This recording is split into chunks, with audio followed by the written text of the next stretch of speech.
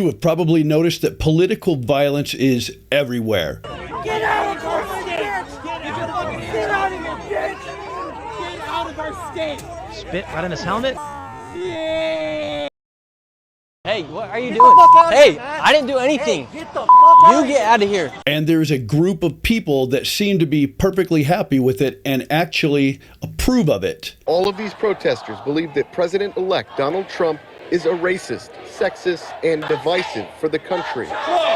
In this video, I'm going to show you who approves of political violence, who believes that it's necessary to use, and why they believe that it's necessary to be violent when it comes to politics. Let's start with a chart, very, very recent from YouGov, The Economist. Check this out. This was taken between September 12th and September 15th of 2025. The left-hand column that you see here says aged 18 to 39. If you look at that blue dot on the top, that's over 30%. That is liberals. About 30% between the ages of 18 and 39 believe that political violence is not only okay, but it's necessary to resort to.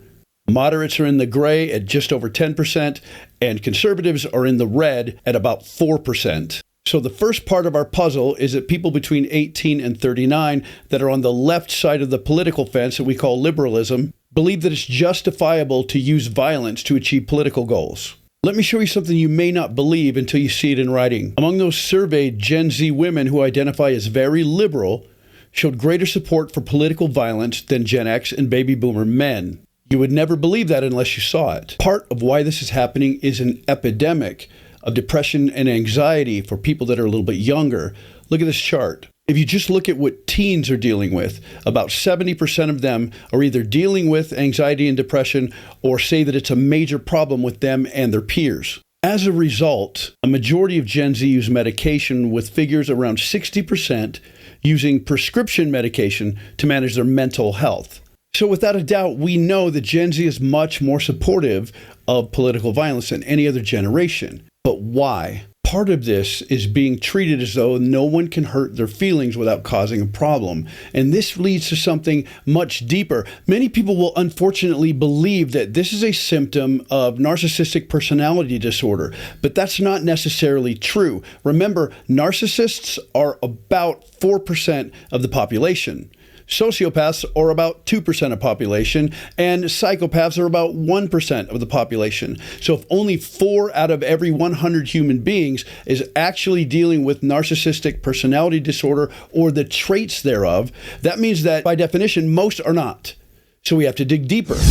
What we have found out through years of study is that this happens to be a part of what's called an entitlement syndrome. And this one, and please feel free to look this up if you would like, is called ultra entitlement. This is by definition an extreme manifestation of entitlement, where a person's sense of entitlement actually expands to controlling other people's thoughts and speech. And this leads to the perception that they're constantly offended.